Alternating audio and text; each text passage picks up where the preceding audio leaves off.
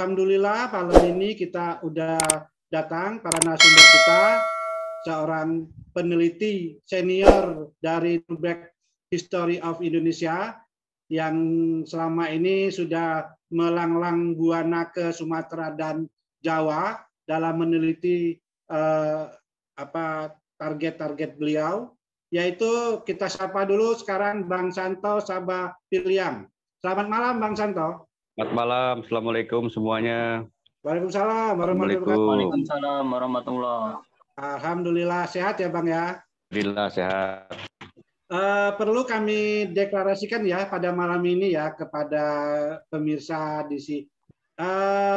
Diskusi ini tanpa niatan menistakan atau juga menyudutkan suatu agama.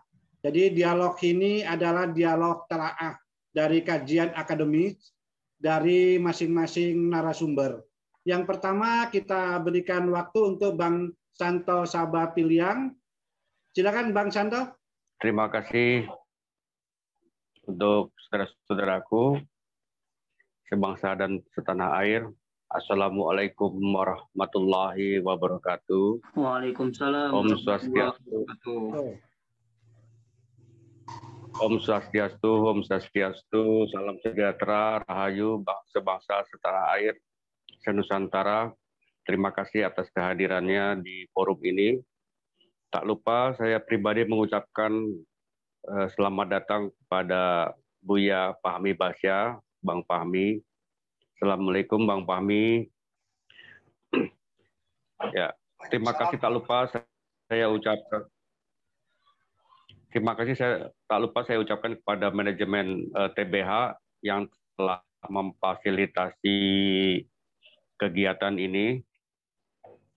Jadi TBH dalam hal ini sebagai manajemen dari apa kerja saya selama ini telah memfasilitasi beberapa penelitian, kemudian saat ini sudah bekerja memulai untuk mempublikasi apa-apa penemuan-penemuan yang ditemukan oleh orang yang bernama Santo Sabah. Hampir 10 tahun lebih Santo Sabah itu meneliti Borobudur dan situs-situs di Nusantara, dan terakhir bertemu dengan pelabuhan penelitian telah menemukan puzzle yang selama ini tidak terkoordinasi. Kesejarahan Nusantara itu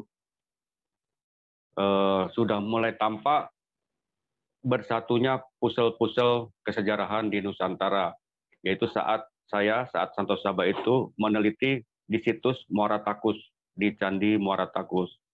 Jadi Candi Muara Takus sepertinya adalah ending dari pencarian saya, penelitian saya yang selama ini belum mendapatkan hasilnya. Terima kasih saya ucapkan kepada Bang Fahmi, karena beliaulah yang menjadi motivasi saya untuk meneliti, sehingga hingga saat ini saya bekerja mencari kebenaran-kebenaran sejarah yang saya anggap sejarah tertulis saat ini di Nusantara, itu saya anggap tidak demikian. Berkat Bang Fahmi lah saya terpacu untuk mencari kebenaran-kebenaran sejarah. Itu diawali oleh penelitian Bang Fahmi tentang Borobudur, peninggalan Nabi Sulaiman. Itulah yang memancing motivasi saya untuk mencari kebenaran-kebenaran sejarah di Nusantara. Dalam proses penelitian itu, saya banyak menemukan hal-hal yang menggugurkan pencatatan selama ini tentang sejarah leluhur kita, terutama di Borobudur. Itu terlabeling saat ini tidak seperti itu. Yang pokok adalah pencatatan sejarah tentang leluhur kita yang terlanjur dianggap bahwa leluhur kita itu animisme, dinamisme. Dalam penelitian pencarian saya banyak menemukan hal-hal bahwa tidak demikian. Pandangan publik yang sudah terlanjur terlabeling animisme, dinamisme. Nyatanya, faktanya tidak demikian. Jadi leluhur kita, nenek moyang kita terlabeling animisme, dinamisme. Padahal budaya di dunia ini kemungkinan yang sudah punya konsep berketuhanan satu Tuhan, monotheism, itu saya beranggapan bahwa di Nusantara lah budaya yang sudah mempunyai konsep ketuhanan. Oleh karena itu Islam mudah diserap di Nusantara karena konsepnya sudah monotheism. Jauh sebelum 5M, jauh sebelum kelahiran Nabi Muhammad, jauh sebelum lahirnya 3 agama di India, Hindu, Buddha, Jaina, itu leluhur kita sudah mengakui adanya satu Tuhan. Jadi penemuan-penemuan saya saat ini, saya masih beranggapan itu subjektif. Jadi valid dan tidak valid penemuan saya ini yang banyak menggugurkan labeling selama ini tentang leluhur kita itu harus dikaji oleh ilmuwan, oleh sejarawan untuk mengembalikan catatan benar sejarah Indonesia saat ini. Sudah 76 tahun kita merdeka, tapi pencatatan sejarah masih menggunakan cara pandang penjajah yang dominan itu nyata-nyata punya niatan ingin mengaburkan catatan leluhur Nusantara. Jadi benar kata Juri Lina, untuk menguasai suatu bangsa, putuskan pengetahuan terhadap leluhurnya, kemudian hilangkan jejak-jejak sejarah agar tidak bisa diketahui oleh keturunannya. Jadi sudah terbukti hal itu terlabeling di beberapa situs. Kemudian kerajaan-kerajaan pra-Islam itu sudah terlabeling berdasarkan 2 ajaran yang terlahir di India, terutama situs-situsnya. Itu sudah terlabeling saat ini berdasar pada 2 ajaran di India. Kalau yang tidak ada patungnya, itu ajaran satu lagi. Kalau yang ada patungnya, terlabeling satu lagi. Nah, itulah yang sudah terpublikasi saat ini. Jadi di sini saya meneliti, kemudian menemukan sekarang saatnya untuk publikasi bahwa catatan sejarah leluhur kita, terutama situs-situs, diantaranya Borobudur, tidak demikian. Jadi hal ini harus diketahui oleh para ilmuwan. Hal ini harus dicermati oleh para sejarawan untuk merekonstruksi catatan benar sejarah Indonesia. Untuk apa? Untuk membangkitkan mentaliti anak cucu kita bahwa leluhurnya itu tidak seperti apa yang tertulis saat ini. Jadi saya banyak temukan bahwa leluhur kita itu terdahulu jauh sebelum Veda dituliskan itu sudah ekspansi ke 3/4 muka bumi. Jadi kaum Saka itu adalah leluhur kita. Jauh sebelum 1300 Masehi. Itu leluhur kita yang ekspansi ke 3/4 muka bumi, di antaranya tanah India melahirkan 3 ajaran di India sekarang itu. Jadi itu asalnya adalah dari kita. Saya temukan itu falsafah ajaran itu bernama Dharma. Jadi kaum Saka itu adalah leluhur kita, kaum Arya, kaum Skythia, orang Eropa bilang itu, itulah yang ekspan ke 3/4 muka bumi di tahun 3000 SM. Itu leluhur kita, kaum Arya itu menuliskan saat 3000 SM itu belum terdeteksi ya oleh sejarawan Eropa bahwa ada filosofi apa yang mendasari lahirnya 3 agama itu. Di tahun 1300 SM baru terdeteksi bahwa kaum pendatang itu, kaum Arya itu yang disebutnya, kalau bangsa asli India kan itu Dravida. Tapi kalau pendatang itu adalah kaum Arya. Jadi kaum Arya itulah yang membawa filosofik dasar Dharma, Dharmik original saya menyebutnya, untuk membedakan bahwa Dharmik original itu yang mendasari falsafah Dharma itu, Dharmik original itu yang mendasari tumbuhnya, lahirnya 3 ajaran di sana di tahun 500 SM. Jadi Veda itu yang dibawa oleh kaum Saka, leluhur kita, ajaran Dharma, filosofi Dharma itu, Dharmik original itu, tahun 3000 SM sudah dibawa oleh leluhur kita. Kemudian baru dituliskan menjadi kitab yang bernama Veda, itu 1300 SM. 1300 SM. Veda dituliskan oleh kaum yang bernama Saka, kaum Arya. Filosofiknya adalah Dharma, Dharmic original. 1300 Veda SM 1300 sebelum Masehi. Veda dituliskan oleh suku kaum yang bernama Saka 1300. Kemudian setelahnya 1300 sampai 500 SM baru terlahir dua ajaran yang bernama Jaina dan Buddha. Itu 500 SM. Karena Veda ditafsirkan secara bebas, kemudian memunculkan suatu pandangan baru. Pencetusnya adalah salah satunya Siddhartha Gautama.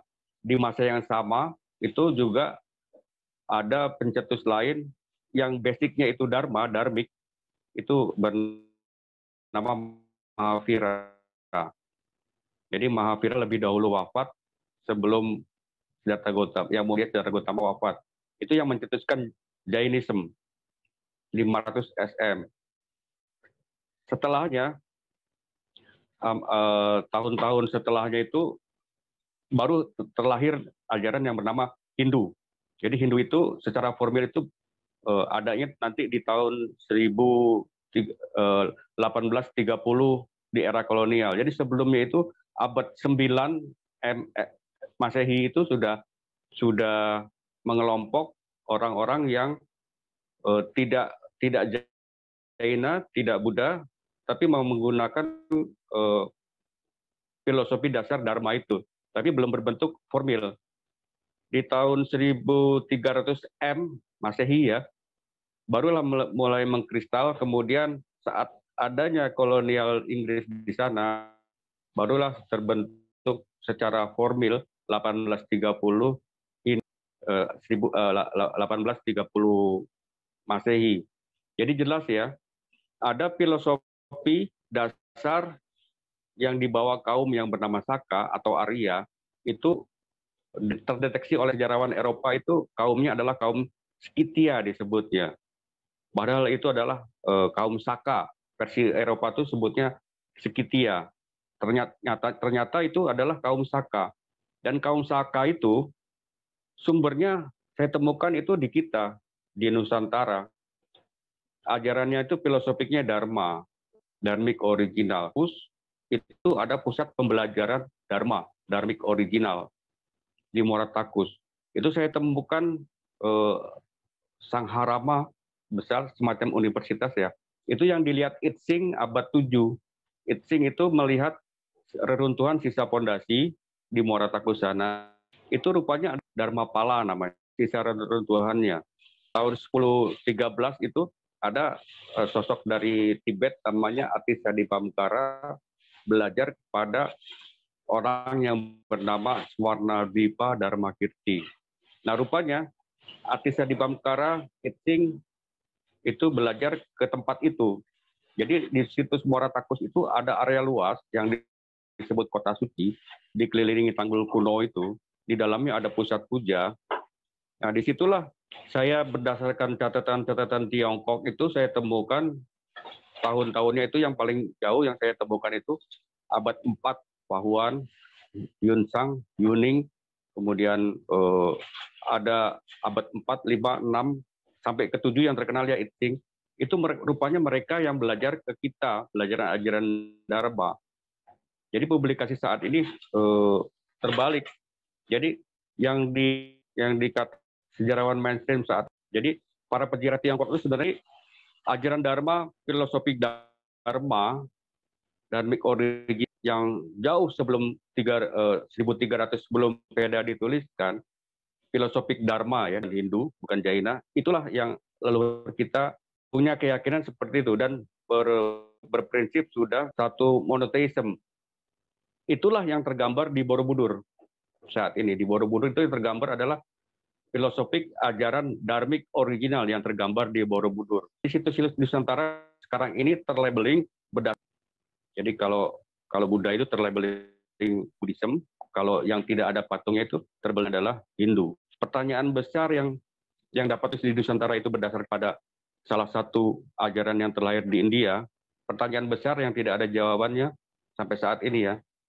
Pertanyaannya seperti ini, kapan dan siapa misionaris, pendakwah, biksu, biku, ajaran yang terlahir di India itu datang ke Nusantara? Inilah harus yang direvisi oleh para ilmuwan, para akademisi terhadap pencatatan selama ini, terutama pada situs-situs Nusantara. Dalam hal ini yang pokok adalah Borobudur terlabeling saat ini berdasar pada salah satu hal ini harus diketahui para pengambil kebijakan. Jangan sampai salah sikap, karena ilmu pengetahuan ini berkembang. Pencapaian ilmu di suatu masa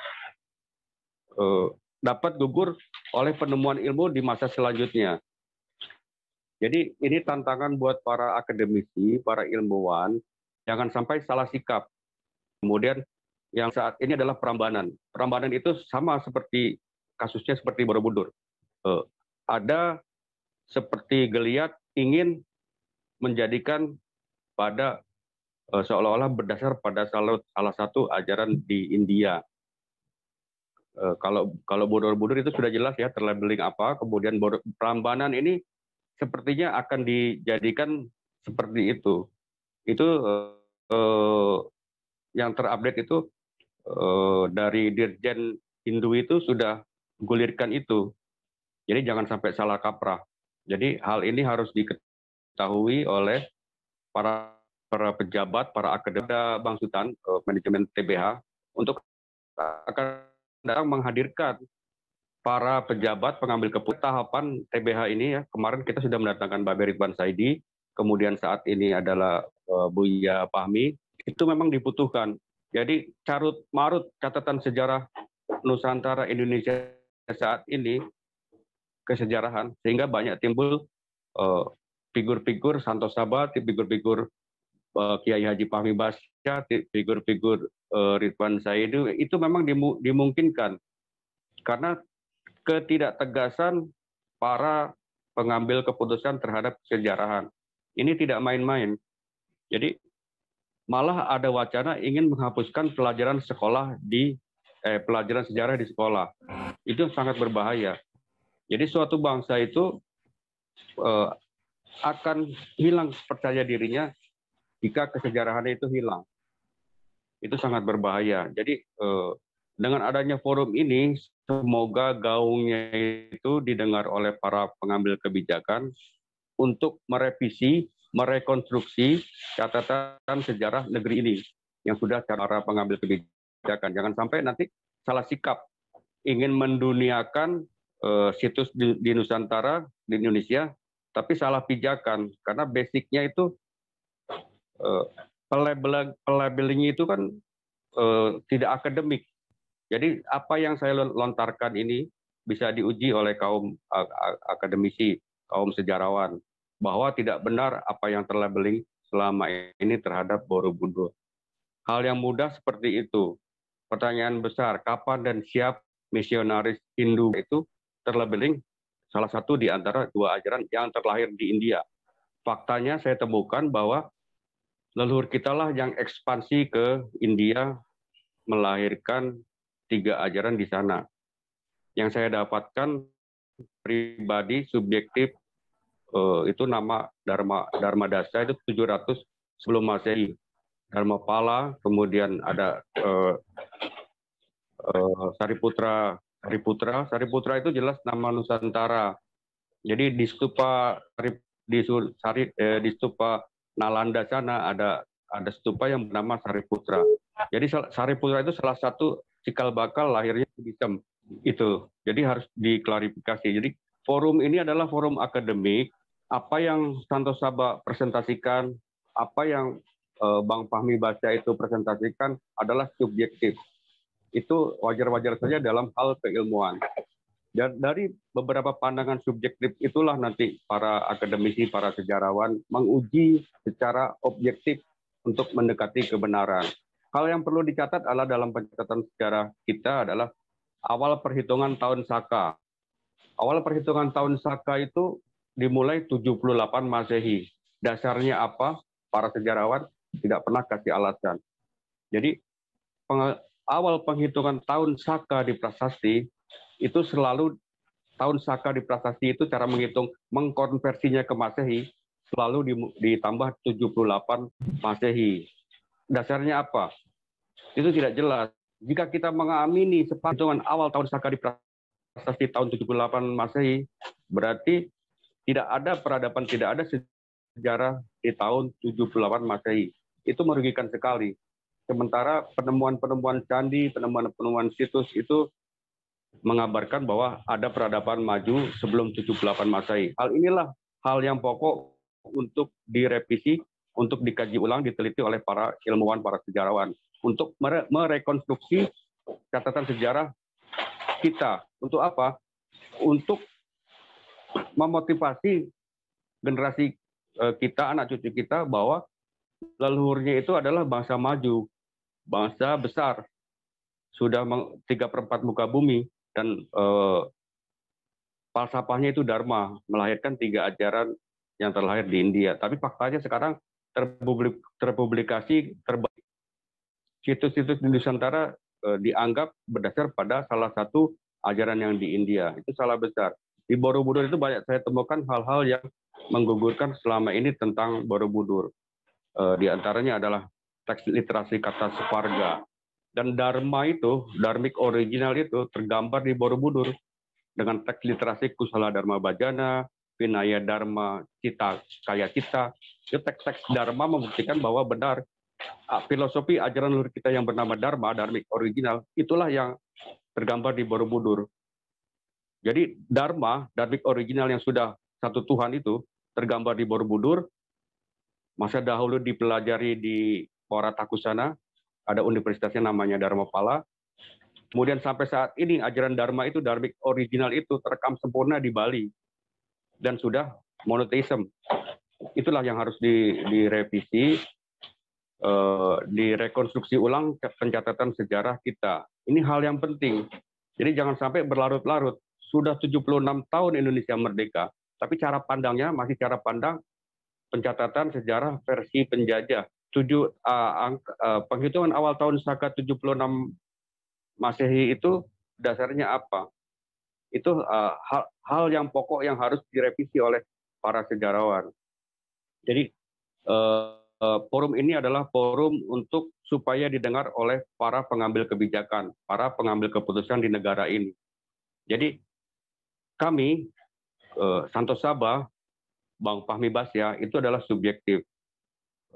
Dimungkinkan dan wajar untuk mendekonstruksi catatan sejarah, memporak-porandakan catatan sejarah yang selama ini ada karena ketidaktanggapan para akademisi, para ilmuwan menyikapi hal ini. Jadi ini segera ditindaklanjuti oleh para pengambil keputusan. Jangan sampai salah sikap terhadap peninggalan-peninggalan leluhur kita yang Santo Sabah temukan pribadi itu tidak benar. Jadi labeling selama ini tentang situs-situs di Nusantara itu bisa gugur dan dapat gugur oleh temuan-temuan pribadi Santo Sabah. Hal yang mudah saja, Borobudur itu terpublikasi didirikan 824 berdasarkan disertasi Kasparis. 824 itu, tahun 824 itu jelas itu angka perkiraan. Penamaan Borobudur itu juga tanpa dasar. Cara pandang Kasparis yang menganggap ada desa Bore di sekitar Borobudur itu, kemudian Budur dianggapnya itu purba, tidak berdasar semua. Saya temukan nama sejatinya Borobudur dan berdasar. Penamaan di relief Borobudur itu pun bisa tergugurkan. Selama ini penamaan relief berdasarkan versi India itu tidak bertepatan. Jadi relief dasar yang tertutup saat ini terpublikasi bernama Karmawi Bangga itu Bernard Kempers 1970 itu menyelidiki relief yang tertutup itu. Jadi penamaan Karmawi Bangga itu berdasar pada kitab Mahakarmawi Bangga, tapi tidak menggambarkan hal-hal yang di kitab Karmawi Bangga itu. Begitu juga untuk selanjutnya penamaan Datu, Arupa Datu, itu versi India. Apa nama sejatinya asli Nusantara? itu saya dapatkan. Di Sunda Wiwitan ada di asli Nusantara itu terekam 3 tahapan itu penamaan Borobudur.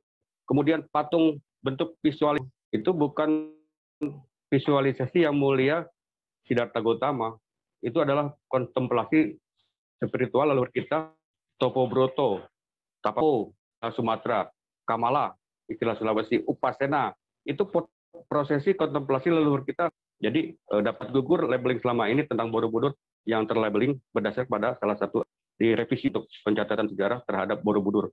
Seperti itu. Jadi penemuan-penemuan ya ini seharusnya tanggap para ilmuwan, para akademisi mengkritisi. Jangan sampai nanti timbul beberapa orang Santo Sabah, berapa orang Kiai Haji Pamungkasa, berapa orang membuat rancu. Kemudian yang pokok adalah mencari tahu kapan awal pencatatan tahun Saka di prasasti itu. Saya skeptisme ilmiah tidak sependapat tentang itu. Jadi kalau kita mengamini penghitungan awal tahun Saka di prasasti 78 Masehi, berarti memang tidak ada benar sejarah leluhur kita sebelum tahun itu. Dan inilah yang padahal banyak penemuan-penemuan kerajaan paling lama dalam negara Kutai, Masehi 4 Masehi. Relief dasar Borobudur Mahakarma Wibangga menggunakan naskah Karma Wibangga, Mahakarma Wibangga. Itu kitab dari India. Itu Bernard Kempers itu 1970 meneliti kitab yang tertutup itu tidak membuktikan benar bahwa Karma Wibangga itu bisa menafsirkan, bisa menerjemahkan relief dasar di Borobudur, tentang Borobudur. Intinya kita sudah dapat ya, apa yang dipaparkan sama Bang Santo Sabah ini adalah bahwa benar ajaran Hindu Buddha itu berasal dari India. Dan tidaklah benar situs-situs di Nusantara Indonesia ini berdasarkan agama Hindu atau agama Buddha begitu. Sehingga tidak benar itu gitu loh ya.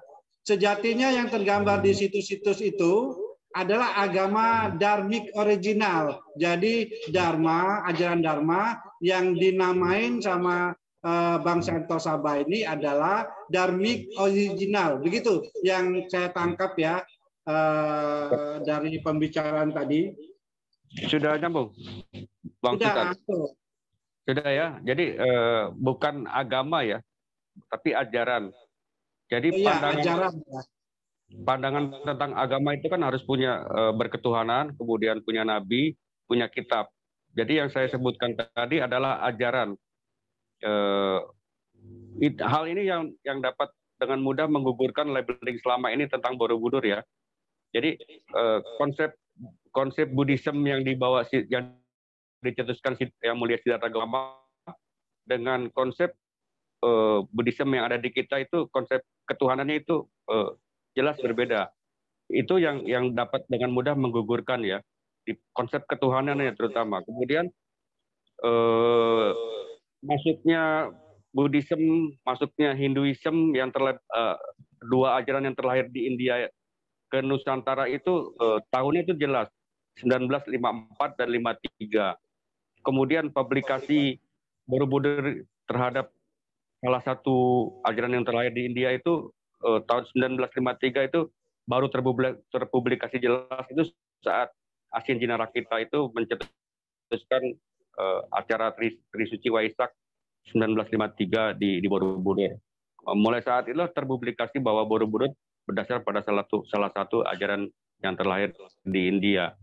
Jadi prinsipnya seperti itu. Catatan sejarah kita, terutama Borobudur, harus direvisi ulang. Tadi benar yang disimpulkan oleh Pak Moderator adalah seperti itu. Tapi bukan agama ya, tapi ajaran. Silakan Pak Moderator. Karena kita tadi kedatangan tamu ya, Pak Datuk Muhammad Yunus. Pak Datuk Muhammad Yunus, apa sudah datang? Tadi sudah ada tadi ya. Silakan Pak Datuk buka mic-nya. Assalamualaikum. Waalaikumsalam warahmatullahi wabarakatuh, Datuk. Ya, suaranya tidak begitu keras dari tadi. Oh iya, dari pertama dan ngikut dari Pak Santo tadi. Iya, karena Pak Santo kondisi dia ada di NTT ya, di Labuan Bajo Iya. sana, mungkin sinyalnya itu tidak stabil gitu loh. Iya. Ah, Saya Datuk, dari Hah?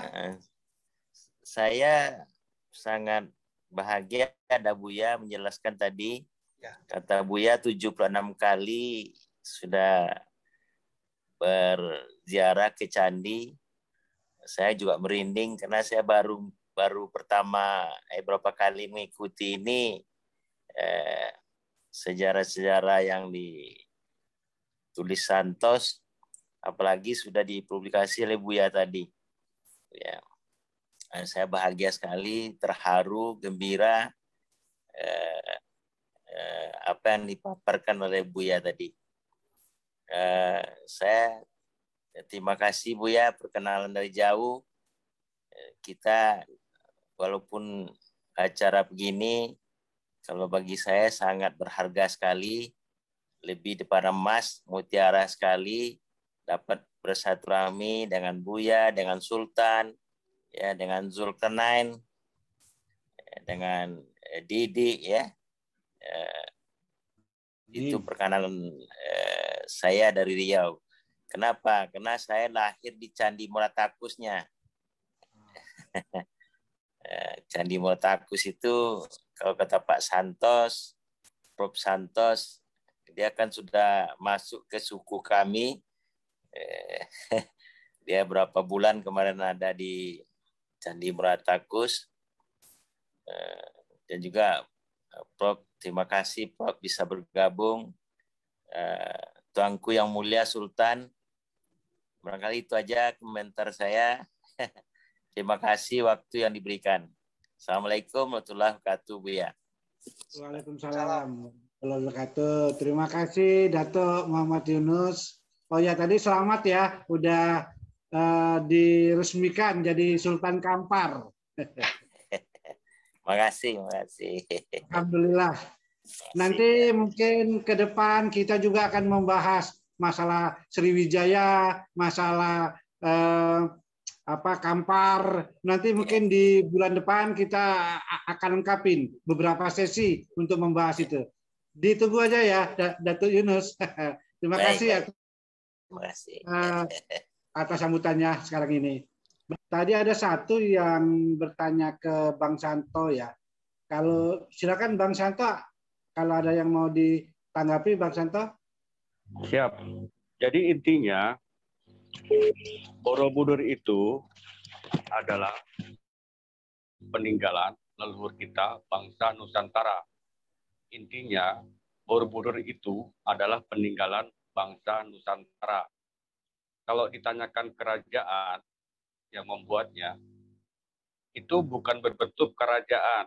Saya temukan pusat dari Sailendra itu kelompok Kadatuan istilahnya.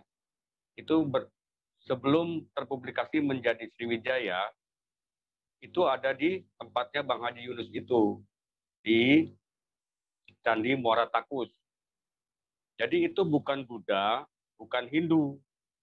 Itulah yang saya temukan bernama Dharma, Dharmic original. Itu.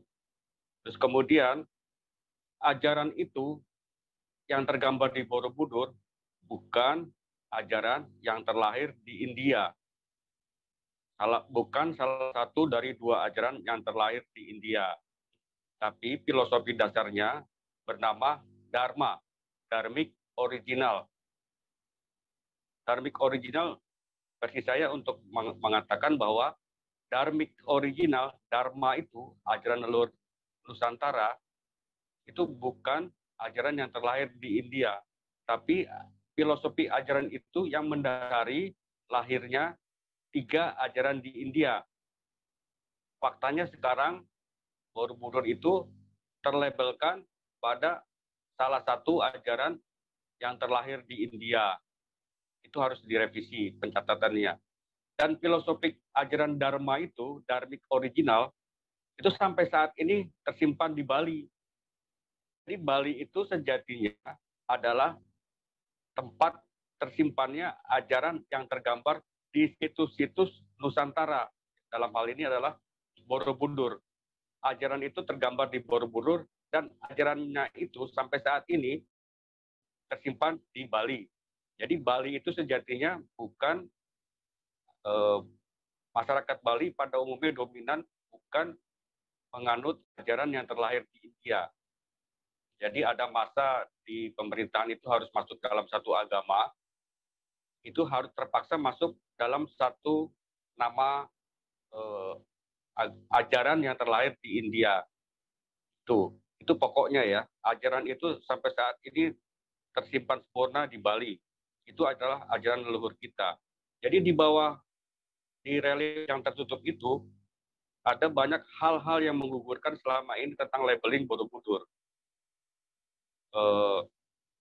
Pak Fahmi Basya itu menafsirkan versi beliau, dan itu bisa membenarkan apa yang Pak Fahmi Basya telah berdasarkan versi beliau. Tapi yang jelas fakta akademik sejarahan itu membuktikan bahwa Borobudur itu tidak berdasar pada salah satu ajaran yang terlahir di India. Tapi ajaran yang tergambar di Borobudur itu adalah Dharma, ajaran leluhur Nusantara yang sudah monoteisme, sudah tauhid, itu berasal dari kita.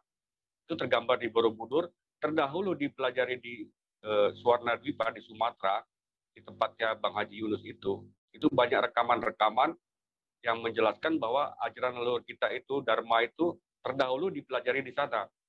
Yang saya dapatkan dari catatan Tiongkok itu 700 SM. Jelas itu sebelum Yang Mulia Siddhartha Gautama lahir. Jelas itu sebelum dua ajaran di India lahir.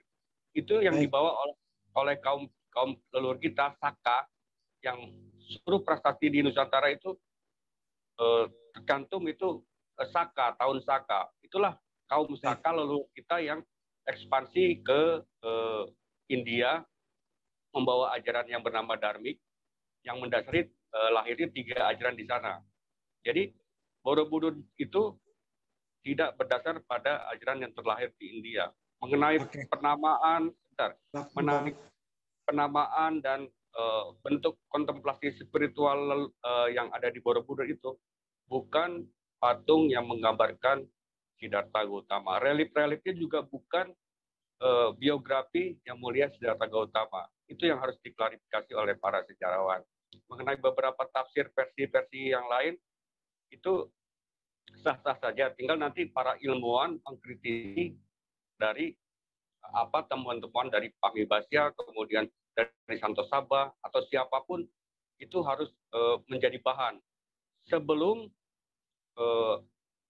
lebih valid lagi jika catatan leluhur kita yang ada di Leiden sana, yang 26.000 dokumen itu dikembalikan kita, kemudian diteliti, barulah itu terbukti kapan Borobudur itu dibangun, kemudian oleh siapa. Sekarang ini kan kita hanya membaca dari catatan yang tersisa, kemudian banyak versi-versi dari beberapa subjektif itu yang tampil, dan itu menjadi beban yang harus diberikan para sejarawan yang harus meneliti untuk membuktikan secara valid kaum ilmuwannya. Itu yang menjadi pokok bahasan dalam Zoom saat ini. Ya, makasih. Ya, baik Bang Santo, terima kasih tadi pemaparannya atas pertanyaannya. Sekarang berhubung waktu kita sudah sampai, sudah lewat 4 menit. Tapi ini ada kebetulan ini satu perempuan. Nah, ini yang mau nanya. Mungkin kita bisa kasih ya Buya, Bang Santo ya, satu pertanyaan terakhir ya. Mungkin silakan nanti Bu Eka Dewi ditujuin kemana.